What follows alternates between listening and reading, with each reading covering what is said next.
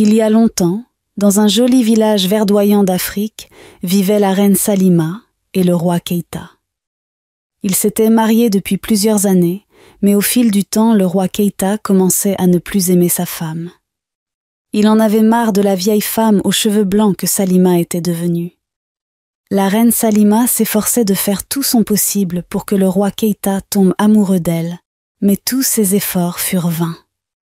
Les soirs, quand Salima essayait de se rapprocher de lui, il était toujours désintéressé.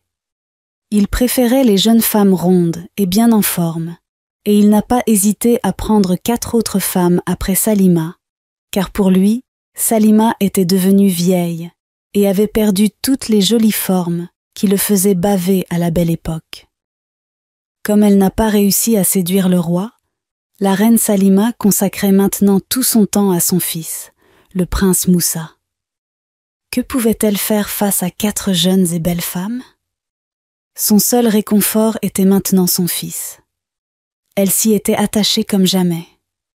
Elle faisait tout avec lui et ne pouvait pas s'arrêter de lui dicter sa vie même malgré son âge adulte. Le prince Moussa était maintenant grand. Il avait 22 ans et commençait maintenant à s'intéresser aux filles. Mais à chaque fois qu'il en ramenait à la maison, sa mère, la reine, n'était jamais satisfaite. Elle arrivait toujours à leur trouver un défaut, peu importe la manière dont elles étaient bonnes. Elle ne s'empêchait pas de dire des propos blessants aux filles comme « Celle-ci n'a pas assez de poitrine »,« Celle-ci a un gros front »,« Celle-ci est trop courte pour toi »,« Celle-ci n'est pas assez ronde ». Elle finissait toujours par dire à son fils « Écoute Moussa, je suis ta mère et je sais ce qui est bien pour toi, alors fais-moi confiance ». Le prince, quant à lui, finissait toujours par se plier au désir de sa mère. Dès que sa mère lui disait qu'une fille n'était pas faite pour lui, il mettait immédiatement fin à la relation. La reine ne voulait son fils que pour elle seule. Elle n'acceptait pas l'idée qu'une femme le lui arrache, alors elle faisait tout son possible pour le garder avec elle. Pour elle, une fois que son fils se marierait, sa femme lui prendrait toute sa place et elle ne voulait pas retourner dans la solitude.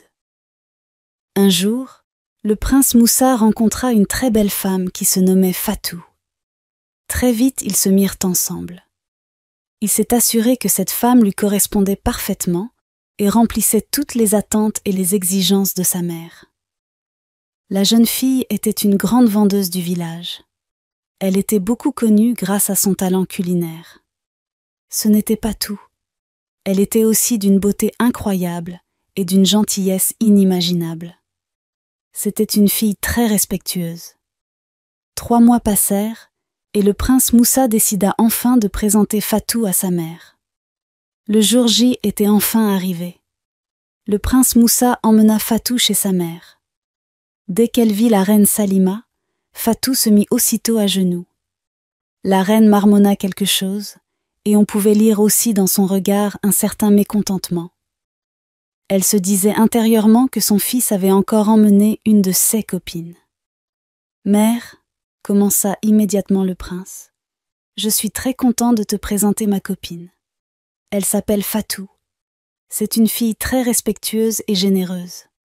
Elle est aussi une très bonne cuisinière. Je serais très content de la voir comme mon épouse. » « Alors qu'est-ce que tu en penses ?» demanda joyeusement Moussa pendant que sa mère était perdue dans ses pensées. Elle cherchait quel prétexte avancer cette fois pour mettre fin à la relation. Instantanément, la reine Salima fit semblant d'avoir mal à tête. Elle essayait de détourner son attention du sujet et s'exclama « Je ne me sens pas du tout bien. J'ai vraiment mal à la tête et je pense que je vais attraper une fièvre. Laisse-moi te chercher le médecin du village maman. » Aussitôt, le prince s'en alla. Fatou plaça rapidement une natte près des pieds de la reine pour qu'elle puisse s'allonger et se sentir plus confortable. Elle demanda aux servantes où elle pouvait trouver de l'eau potable et très vite elle lui apporta une tasse. Elle faisait du mieux qu'elle pouvait pour que la reine se sente bien. Malgré tous les efforts que fournissait la jeune femme, la reine Salima ne pensait qu'à une seule chose dans sa tête. Comment lui nuire et la tenir très loin de son fils. Le lendemain, le prince Moussa alla rendre visite à sa mère. « Bonjour maman. Comment te portes-tu ? Je vais beaucoup mieux mon fils. » Le prince lui donna des jus de fruits qu'il avait pris et fait lui-même. Dès que Moussa voulut rentrer chez lui, sa mère l'interpella. « Je voudrais te parler de quelque chose, Moussa, dit-elle. »« Qu'y a-t-il, mère ?» demanda Moussa. Sa mère lui répondit alors. « C'est à propos de la jeune fille que tu as amenée hier. Tu ne peux pas l'épouser, mon fils. »« Mais pourquoi, maman ? Qu'est-ce qui pourrait m'empêcher de l'épouser ?» demanda-t-il tout confus. « N'est-elle pas belle, respectueuse, gentille et serviable ? Elle a tout ce qu'un homme pourrait rechercher chez une femme, maman. Qu'est-ce qui ne te plaît pas chez elle cette fois, maman ? Ajouta-t-il. Écoute mon fils, je suis ta mère et je ne peux pas te vouloir du mal.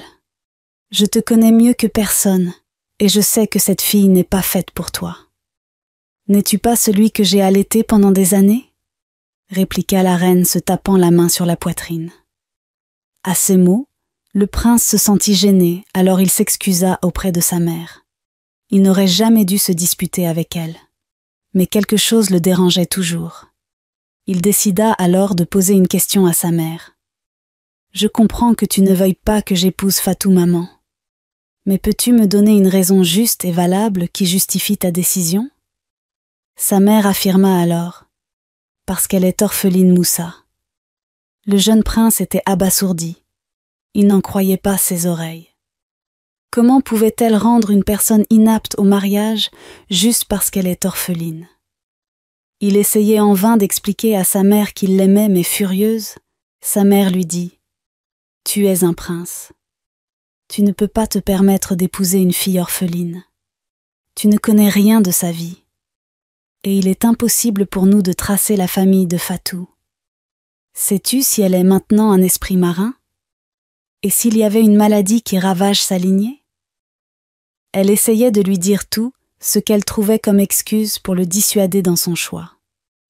Ce n'était pas vraiment la fille qui lui posait un problème.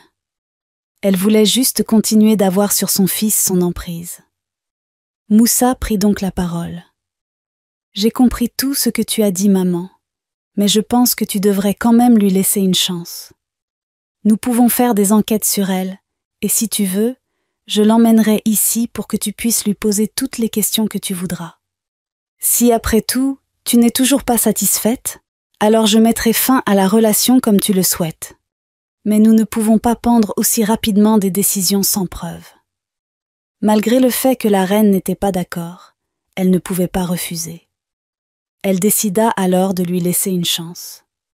Le prince Moussa emmena alors Fatou chez sa mère un jour et les questions explosèrent. « Fatou, je suis une femme assez crue et beaucoup de personnes le savent. Alors je ne vais pas aller par 4 chemins pour te dire la raison de ma venue ici aujourd'hui. Je pense qu'un mariage entre toi et mon fils ne serait pas possible. »« Mais pourquoi, ma reine ?» demanda Fatou toute perdue. « Eh bien, mon fils ne peut pas t'épouser parce que tu es orpheline. Nous ne pouvons pas tracer ta lignée. Un prince comme mon fils ne peut donc pas épouser une fille comme toi. » Fatou éclata en sanglots. Le prince, quant à lui, ne savait que faire. Il craignait trop de réprimander sa mère, alors il essayait juste de consoler Fatou. « Comment peux-tu dire des choses aussi blessantes devant moi ? Je n'arrive pas à y croire que tu puisses aller jusqu'au point d'utiliser la mort de mes parents pour non seulement me rappeler de tristes souvenirs, mais aussi pour m'interdire d'épouser le prince parce que tu ne veux pas de moi pour ton fils, » ajouta-t-elle. Salima cherchait en elle comment lui répondre. « Écoute Fatou, mon fils est un prince. Ce n'est pas un homme qu'on rencontre au hasard tous les jours dans la rue. Il est impossible que je le laisse épouser une fille aussi banale que toi. » En colère et dégoûtée, la jeune fille se leva brusquement et alors qu'elle était sur le point de s'en aller, elle fit face à la reine et lui lança à la figure. « Je ne peux pas juste m'en aller comme ça sans te dire ce que je pense réellement de toi. Mon nom est Fatou Bissola. Je suis la princesse du royaume d'Ochita. Je suis orpheline parce que mon village a malheureusement fait face à une guerre qui l'a anéantie et qui m'a également arraché mes parents. Si ce n'étaient ces moments désagréables, des gens comme toi n'auraient pas le plaisir de me blesser avec des mots, finit-elle par dire, le visage déjà complètement trempé par les larmes. La reine Salima et le prince furent surpris face à cette révélation. Beaucoup de personnes m'ont fait part de ta façon de te conduire face aux prétendantes de ton fils, mais je n'y croyais pas. Puisque tu tiens autant à lui, je te suggère alors de l'épouser toi-même. Arrête de te cacher derrière l'idée que tu lui veux une femme parfaite, déclara Fatou avant de s'en aller. Donc c'est parce qu'elle est une princesse qu'elle a l'audace de me parler ainsi avec autant d'impolitesse? Tu vois ce que je te disais, Moussa? Cette fille ne peut pas être ta femme. Elle a trop de caractère, dit amèrement la reine. Je pense que tu as été un peu trop sévère avec elle, maman, reprit le prince. Je dois la rejoindre. Sans attendre la réponse de sa mère, il courut dehors pour rencontrer Fatou. Malgré les efforts du prince, il n'a pas réussi à la rattraper, alors il décida de se rendre chez elle à la maison, mais elle n'y était pas. Il l'attendait de l'après-midi jusqu'au soir. Plusieurs heures écoulées, et Fatou rentra finalement chez elle. Elle était surprise de voir le prince à sa porte. « Mais que fais-tu ici, Moussa ?» demanda-t-elle durement. « Pourquoi es-tu aussi dur avec moi, Fatou? N'es-tu pas contente que je sois venue te voir? Écoute, Moussa, tu étais présent et tu as bien écouté tout ce que ta mère m'a dit sans un mot. Elle a été assez claire dans ses propos. Elle ne veut pas de moi pour son fils. Je suis vraiment désolée, Fatou, pour toutes les paroles blessantes que ma mère t'a dit, commença le prince. S'il te plaît, laisse-moi juste entrer afin que nous puissions tous les deux mieux en discuter, supplia Moussa. Tu n'es plus le bienvenu. C'est tout ce qu'elle réussit à dire quand une envie de vomir la saisit. Elle se mit sur le côté pour satisfaire son besoin. Le prince essaya de l'aider, mais elle le repoussa. Elle ne cessait de vomir et se sentait très faible et légère. Le prince Moussa dut l'emmener à l'intérieur. Il lui apporta de l'eau, changea ses vêtements et resta près d'elle cette nuit-là. Le lendemain, il fit appel au médecin du village qui leur annonça que Fatou était enceinte. Fatou était brisée. Elle devra maintenant porter l'enfant d'un homme qu'elle ne pouvait même pas épouser. Elle était triste. Moussa, quant à lui, était fou de joie, une joie que Fatou avait du mal à comprendre. Comment se fait-il que tu sois si heureux? As-tu oublié que ta mère ne veut pas nous voir ensemble? Écoute, Fatou, commença Moussa. C'est une excellente nouvelle. Je ne peux pas m'empêcher d'être en joie. Pour ma mère, ne t'en fais pas. Ce bébé est un bébé royal, et ma mère sait très bien qu'il ne pourra qu'appartenir à la royauté. Malgré les mots du prince, Fatou était toujours dérangée dans sa tête. Elle s'imaginait déjà fuir avec la grossesse pour ne pas faire face à la colère de la reine. Elle se rappelait aussi tous les conseils que lui donnait sa mère de ne pas épouser un homme si sa mère était un handicap. La pauvre Fatou était toute confuse. C'était assez clair que sa belle-mère ne l'aimait pas. Elle le lui a démontré ouvertement sans gêne. Depuis des jours déjà, elle était confrontée à ce dilemme. Pour rien au monde, elle ne voudrait que son enfant soit sans père, mais d'un côté, elle avait aussi terriblement peur de l'enfer qu'elle devra vivre si jamais elle acceptait. Moussa, très content, se rendit quant à lui au palais pour annoncer la bonne nouvelle à sa mère. « Maman! Maman! Fatou est enceinte, je vais devenir papa, criait-il tout content. À ces mots, la reine fut brisée. « Comment as-tu pu être aussi ignorant? Je suis déçue de toi, lui cria-t-elle. Je suis vraiment déçue de ton comportement, Moussa. Tu m'as brisée, ne cessait elle d'affirmer. Elle le chassa même de la maison et ordonna aux gardes de ne pas le laisser entrer. Le prince Moussa tentait en vain de supplier sa mère. Il lui expliquait tout son amour pour la jeune fille, mais elle ne voulait plus rien entendre. Pour elle, c'était clair que c'était un plan de Fatou pour la séparer de son fils. Après plusieurs tentatives en vain, Moussa décida de tout expliquer à son père. Au moins mon père pourra la raisonner et la convaincre d'accepter mon amour pour Fatou ainsi que notre union. Un jour, il se rendit alors au palais. Il raconta à son père toute l'histoire. « Papa, j'ai rencontré une fille qui s'appelle Fatou. Je l'ai présentée à maman, mais elle ne veut pas du tout que je l'épouse parce qu'elle est orpheline. Je suis fou amoureux d'elle, et je ne sais plus quoi faire. Elle porte mon bébé, mais malgré tout, maman ne veut rien entendre. S'il te plaît, aide-moi à la convaincre, lui dit-il. Mon fils, commença le roi. Tu connais mieux que quiconque ta mère, et tu sais très bien qu'il est très difficile de la dissuader de quelque chose. C'est avec le cœur lourd que je t'ai écouté.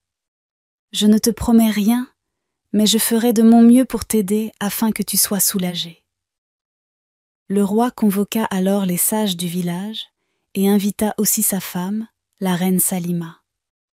À son arrivée, elle fut chaleureusement accueillie par tous. Le roi prit rapidement la parole pour ne pas faire tarder la séance. « Reine Salima, nous n'allons pas tarder avec les salutations. Si tu es ici, c'est parce que nous voulons te parler de quelque chose de très important. Notre fils Moussa m'a fait part de son inquiétude. Il m'a avoué qu'il était tombé amoureux de Fatou, mais que tu n'es pas très consentante. Je te prie de revoir ta décision parce que je sais que si Moussa est heureux, tu le seras aussi. Reconsidère sa demande et donne-leur une chance de vivre leur amour. » Elle finit par accepter vu les supplices de son mari, mais elle savait bien au fond d'elle que ce n'étaient que des paroles en l'air.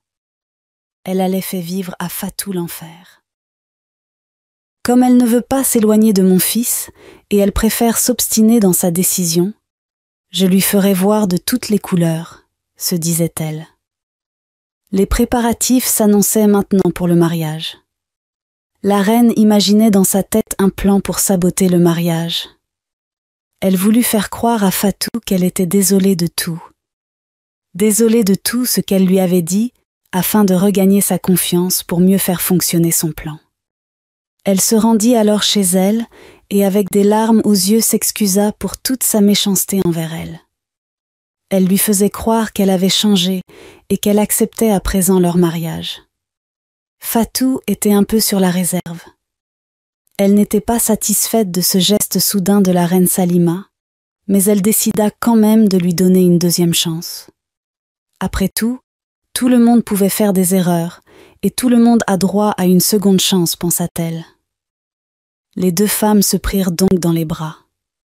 Quelques jours avant le mariage, la reine Salima proposa à Fatou de lui céder une grande partie de son appartement afin qu'elle soit plus confortable et apte à préparer davantage son mariage. Au début, Fatou ne voulait pas du tout accepter son offre. C'est le prince qui l'emmena à accepter. « Si tu refuses, alors je l'interpréterai comme une poursuite dans ta colère contre ma mère.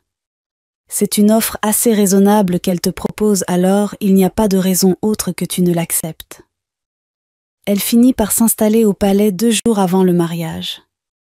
Elle fut bien accueillie par la reine Salima, ainsi que tous les autres serviteurs. La reine lui proposa même de lui montrer sa robe de mariage en guise de geste affectueux. Fatou avait du mal au début à trouver une robe qui lui convenait parfaitement. Elle trouva finalement cette robe longue recouverte de belles pierres et de dentelles qui la mettaient en valeur et lui allait comme une princesse.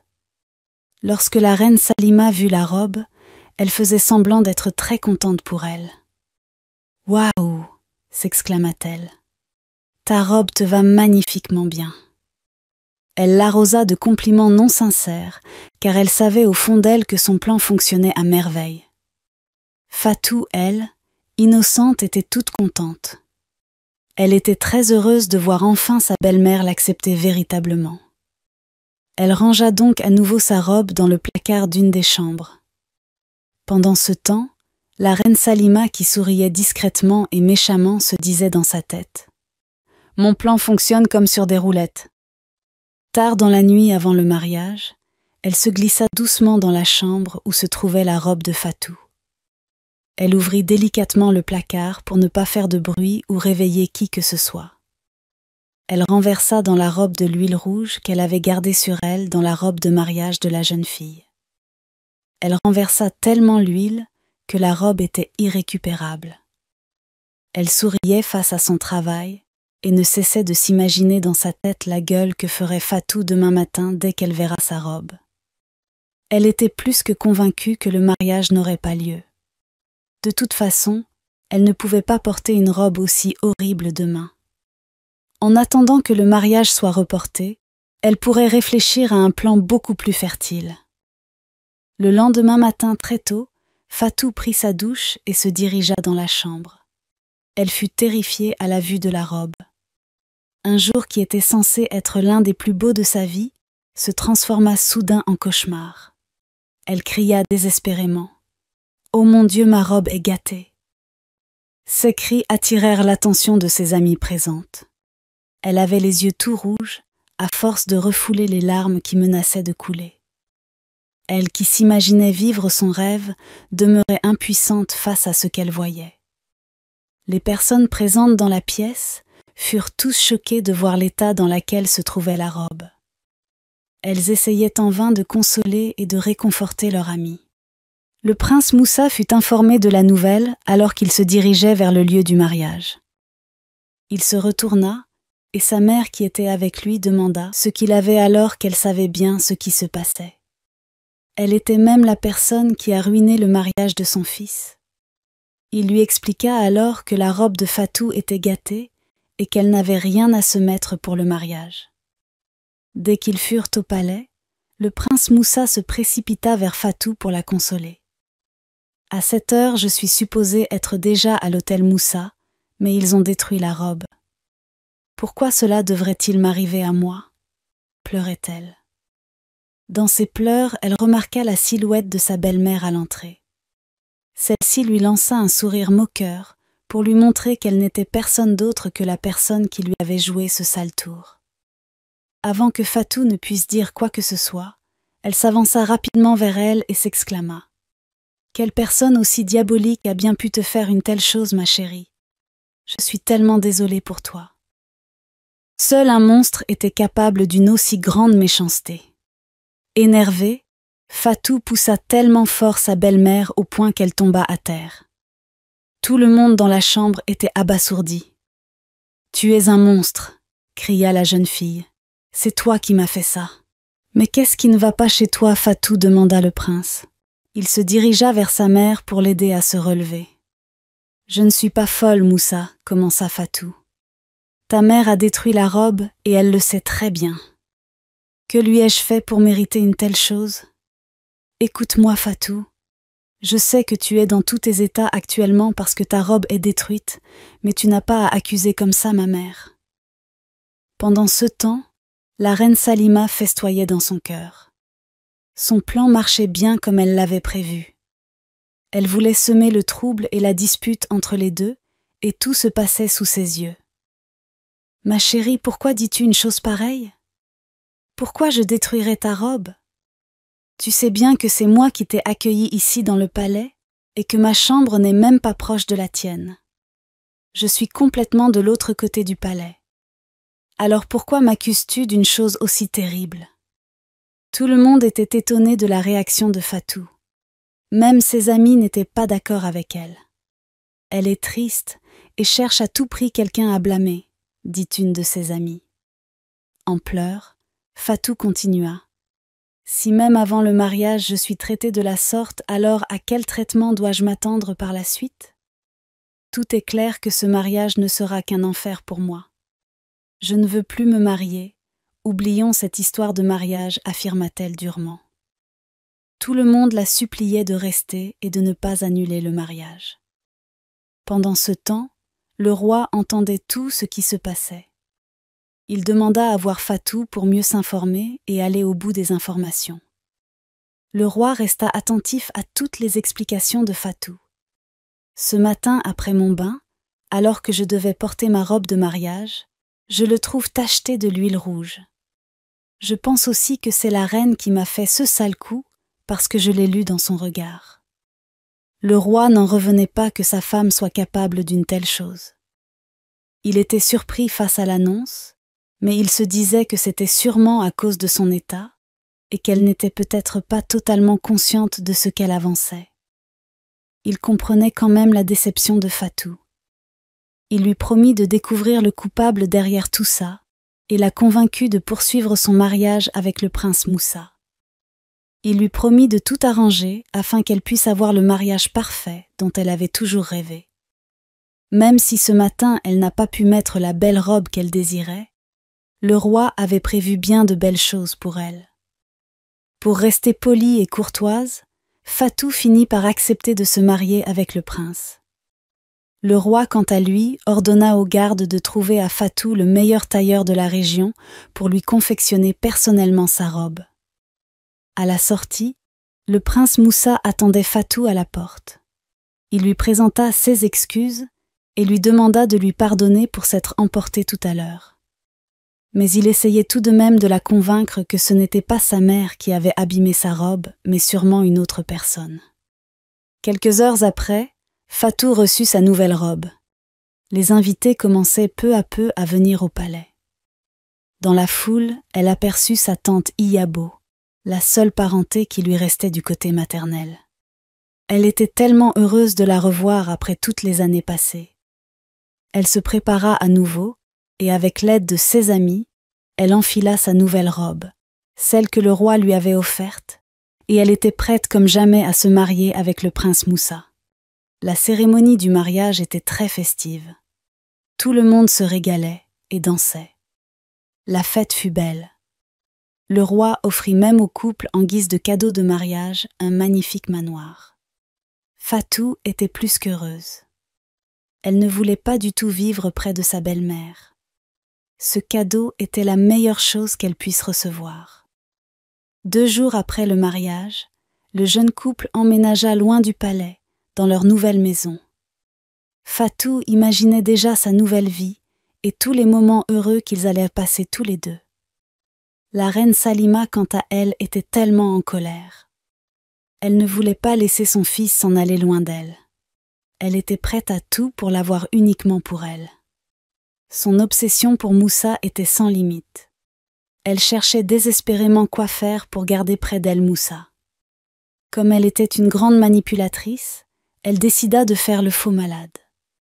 Elle demanda ainsi à son fils de venir à la maison pour prendre soin d'elle. Pour un début de mariage, et Fatou se retrouvait déjà toute seule dans leur maison avec sa grossesse. Elle était un peu triste, mais elle se consolait du fait qu'au moins sa méchante belle-mère était loin d'elle. Moussa lui cédait à tous les caprices de sa mère. Un après-midi, pendant que Fatou cuisinait, elle entendit quelqu'un frapper à la porte. Elle était à son 6e mois de grossesse. Dès qu'elle ouvrit la porte, elle fut surprise de voir sa belle-mère, la reine Salima. Elle avait l'air malade et son visage était crispé. « Entre !» lança Moussa de l'autre côté de la chambre. « Qu'est-ce qui ne va pas, maman ? Es-tu malade ?» lui demanda Moussa l'air inquiet. Pour montrer qu'elle était souffrante, elle glissa volontairement et tomba dans la cuisine, tenant sa main contre sa poitrine. Fatou était vraiment dépassée cette fois. Elle ne s'imaginait pas qu'elle irait jusqu'à ce point juste pour avoir son fils pour elle seule. Elle savait qu'elle ne jouait que la comédie et que tout cela faisait partie de ses plans débiles. « Je pense que j'ai la fièvre, mon fils, » gémit la reine Salima. « Mon fils, s'il te plaît, prends soin de moi. Je ne suis vraiment pas bien. » À ces mots, Moussa se précipita dans la cuisine pour chercher un verre d'eau à sa mère. Fatou regardait juste la scène sans mots. Elle regardait son mari s'occuper de sa mère et lui apporter tout ce qu'elle désirait, alors qu'elle était même incapable de bien se tenir debout. La reine ne cessait de lancer à Fatou des sourires pour lui montrer qu'elle avait le contrôle sur son mari. Il faisait presque tout ce qu'elle lui disait sans tarder. Des jours se sont passés, mais la reine Salima était toujours dans la maison du jeune couple. Elle était carrément un obstacle pour Fatou, parce qu'elle ne faisait absolument rien à la maison, mais ne cessait aussi de lancer des piques à la jeune femme. Elle prétendait toujours qu'elle était très faible et qu'elle ne pouvait rien faire. Mais comme si ça ne suffisait pas, elle exigeait que ce soit son fils qui lui apporte tous les jours son repas dans sa chambre. Quand Moussa s'y rendait, elle s'assurait de lui boucher les oreilles de conneries. Fatou ne disait toujours rien. Elle observait juste et se contentait de garder le silence. Elle ne pouvait quand même pas demander à Moussa de ne pas prendre soin de sa mère. Les jours passèrent et se transformaient maintenant en semaines. La reine Salima ne voulait plus retourner chez elle. En plus, elle devenait de plus en plus insupportable. Elle trouvait maintenant tout le temps des choses à reprocher à Fatou. Elle faisait des commentaires sur sa cuisine, lui disait qu'elle n'avait aucun goût et que sa maison n'était pas bien décorée. Elle changeait la place des meubles à son goût sans même demander l'avis de sa belle-fille. Elle faisait ce qu'elle voulait comme si elle était chez elle et personne ne pouvait le lui interdire. Elle essayait même d'avoir Moussa pour elle seule et ne lui permettait plus de rester avec son épouse. Chaque jour, c'était toujours la même chose. Elle était complètement ignorée et délaissée dans sa propre maison. Elle se sentait comme une citoyenne de seconde classe. On aurait même dit que c'était elle qui rendait visite à la reine. Son mari, tout le temps avec sa mère qui lui racontait ce qu'elle voulait, prenait toujours la défense de sa mère et lui donnait toute l'attention dont il privait sa copine. Un jour, Fatou eut assez du comportement de sa belle-mère. Elle confronta alors son mari, le suppliant de faire quelque chose et qu'elle le manipulait à sa guise. Moussa, lui, ne voyait aucun défaut à sa mère. Il dit alors : « Comment peux-tu dire une chose pareille, Fatou ? Comment peux-tu traiter ma mère de la sorte ? Que veux-tu que je fasse ? Tu sais bien que ma mère est malade et que je suis la seule personne qu'elle a pour prendre soin d'elle. C'est ma mère Fatou. Ne peux-tu pas voir cela ? » Fatou se mit à pleurer et quitta sans mot la pièce. Qu'est-ce que je pourrais maintenant dire face à ça pour qu'on ne me prenne pas pour la méchante de l'histoire ? Elle décida finalement de rester dans son coin. Le lendemain matin, la reine Salima vit Fatou en train de manger. Elle lui lança alors : « Toujours en train de manger, ça ne m'étonne pas venant de toi. C'est normal que tu sois aussi grosse, on dirait une vache. » Fatou pleurait tout le temps. Elle cherchait un moyen de mettre fin à ce cauchemar qu'elle vivait au quotidien. Sa belle-mère était la cause de tout ce qui lui arrivait. Elle se moquait d'elle, la critiquait, et par-dessus tout ne lui laissait pas la possibilité de se retrouver avec son mari malgré sa grossesse. Elle savait au fond d'elle que Moussa était un homme bien et qu'il était juste sous l'emprise de sa mère. Fatou était maintenant à 1 mois d'accoucher. La reine Salima était fatiguée de devoir jouer chaque jour la comédie. Elle pensa alors à aller voir un sorcier du village pour jeter un sort à Fatou pour en finir. Si Fatou meurt, je pourrai vivre seule avec mon fils. Et rien ne pourra m'en empêcher. Fatou est mon seul et unique obstacle. Je pense qu'il est temps d'en finir. Le matin très tôt, après que Moussa fut sorti de la maison pour ses occupations, la reine Salima se rendit chez un sorcier puissant du village. Il s'appelait Shanto. C'était un vieux sorcier très puissant qui vivait depuis 200 ans et qui était toujours en vie. Il était craint par tous les villageois. Arrivée chez le sorcier, Salima expliqua qu'elle voulait jeter un sort à sa belle-fille pour la tuer, pour que son fils revienne et vive avec elle et elle seule. Le sorcier réclama beaucoup d'argent à Salima parce qu'il savait qu'elle était la reine. Salima lui répondit : « Peu importe combien d'argent tu veux, je te donnerai. Je veux juste que tu me le fasses le plus rapidement possible et que ça reste entre toi et moi. » Shanto prit l'argent et demanda à Salima le prénom de sa belle-fille. « Elle s'appelle Fatou Bissola », répondit Salima. Le sorcier écrivit le nom de Fatou sur une feuille. Il rentra seul dans une autre pièce. Il prononça des incantations et jeta un sort à Fatou. « C'est fait, madame. Dans 3 jours, vous allez revenir me remercier, » lui confia le sorcier. Salima rentra à la maison toute heureuse. « Pourquoi je n'y ai pas pensé tôt ?» se demandait-elle. La nuit de ce même jour, Fatou fit un mauvais rêve dans lequel quelqu'un lui a jeté un sort et où elle a perdu la vie avec son bébé. Elle sursauta en pleine nuit sur son lit apeuré. Tout son habit était trempé car elle avait beaucoup transpiré. Elle était seule dans la chambre car Moussa dormait avec sa maman pour veiller sur elle, parce qu'elle faisait semblant d'être malade. Elle avait tellement peur et son cœur battait tellement vite. Elle se mit rapidement à genoux et commença à prier.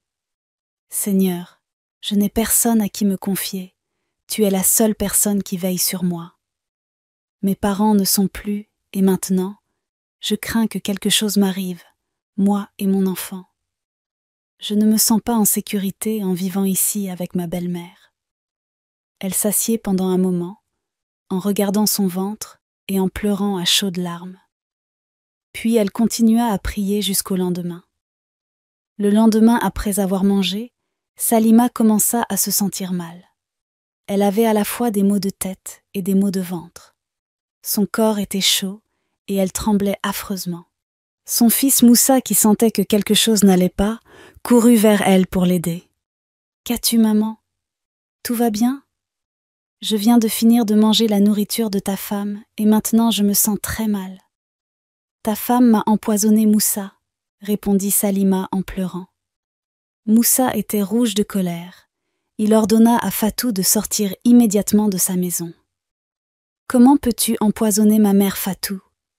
Comment peux-tu faire une chose pareille? »« Mais je n'ai rien fait, chérie. Je n'ai pas empoisonné ta mère, » répondit Fatou. « Sors immédiatement de ma maison, » reprit Moussa en poussant violemment Fatou. Fatou était désespérée. Elle était à 1 mois d'accoucher et elle se retrouve dehors. Elle se rendit chez sa tante Iyabo qui l'accueillit et s'occupa d'elle. Moussa prépara lui-même toutes les tisanes qu'il connaissait pour sa belle-mère, mais rien ne marchait. Le lendemain, Salima n'allait toujours pas mieux. Elle commençait même à convulser. Moussa, pris de peur, courut pour appeler un marabout du village. Le marabout arriva et révéla à Moussa que sa mère était la cause de son propre mal. « Ta mère a jeté un sort à ta femme Fatou pour la tuer. Ta femme a beaucoup prié hier nuit, n'est-ce pas? »« Je n'en sais rien, je n'ai pas dormi avec elle, » répondit Moussa. « Les prières de ta femme ont fait que le sort que Salima lui a jeté s'est retourné contre elle. » Moussa n'en croyait pas ses oreilles. « Comment ma mère peut-elle faire une chose pareille? Jeter un sort à ma femme? Qu'a-t-elle fait pour mériter cela? » Il se posait des tas de questions et oubliait même que le marabout était toujours debout là à l'attendre. « Je peux m'en aller maintenant ?» lui demanda le marabout. « S'il vous plaît, que peut-on faire maintenant pour sauver ma mère? Je vais te donner une tisane que tu vas donner à ta mère. Dès qu'elle va boire, elle se sentira un peu mieux. Ensuite, elle devra confesser devant tout le village que c'est elle qui a essayé de jeter un sort à Fatou. Si elle ne le fait pas dans les 3 jours à venir, elle mourra. » Le marabout remit la tisane à Moussa et s'en alla. Moussa mit la tisane dans la bouche de sa mère. Le lendemain, elle se sentait mieux. Moussa alla chez son père le roi pour lui expliquer la situation. « Père, ma mère a jeté un sort à ma femme Fatou pour qu'elle meure. Ma femme a beaucoup prié pendant la nuit et maintenant le sort s'est retourné contre elle.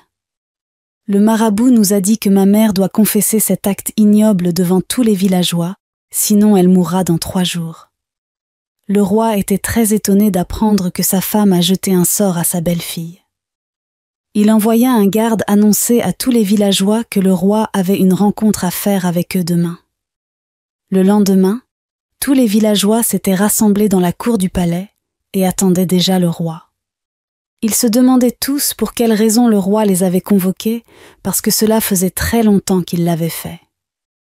Quelques minutes plus tard, le roi arriva et s'installa. Moussa et sa mère également arrivèrent. Le roi prit la parole. « Bonjour à tous. La reine Salima a quelque chose à vous dire ce matin. Je vais la laisser parler pour ne pas perdre du temps. » La reine avança tout éhontée et commença à s'expliquer. « Avant-hier, je suis allée voir le sorcier du village pour jeter un sort à ma belle-fille Fatou pour la tuer, parce que j'en avais marre qu'il tienne mon fils éloigné de moi. Malheureusement, le sort s'est retourné sur moi, et si je ne venais pas vous confesser cet acte aujourd'hui, j'allais mourir. » Toutes les personnes qui étaient présentes étaient choquées par ce qu'elle venait de dire. Quelle honte! Quelle honte! Criait la foule.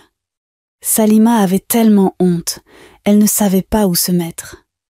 C'est toi qui as également renversé de l'huile rouge sur la robe de mariée de Fatou le jour de son mariage, n'est-ce pas?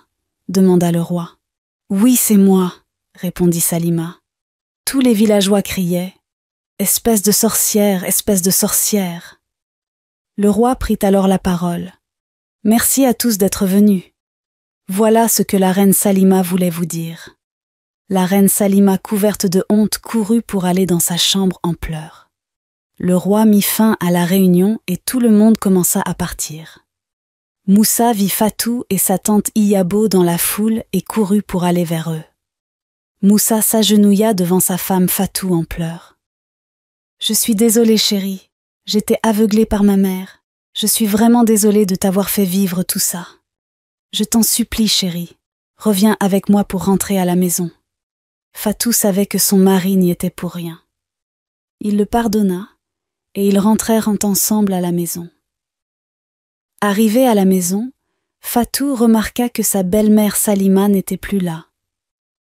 Elle s'était enfuie pour aller vivre seule à l'autre bout du village. Elle n'avait plus le courage de regarder son fils Moussa dans les yeux. Elle avait très honte. Fatou vivait maintenant toute seule avec son mari et il bénéficiait de tout son amour. Quelques semaines plus tard, Fatou accoucha à l'hôpital de 2 jumeaux. Elle était très heureuse. Et son mari était aussi fou de joie. Ils vécurent un amour parfait, loin de la méchanceté de Salima. Si vous avez aimé cette histoire, lâchez juste un like et un commentaire d'encouragement, c'est tout ce que je vous demande. Cela vous prendra que quelques secondes, et cela va me permettre de faire avancer rapidement ma chaîne, parce que c'est très éprouvant de créer et d'illustrer les histoires. Juste un like et un commentaire s'il vous plaît. Je compte sur votre bienveillance.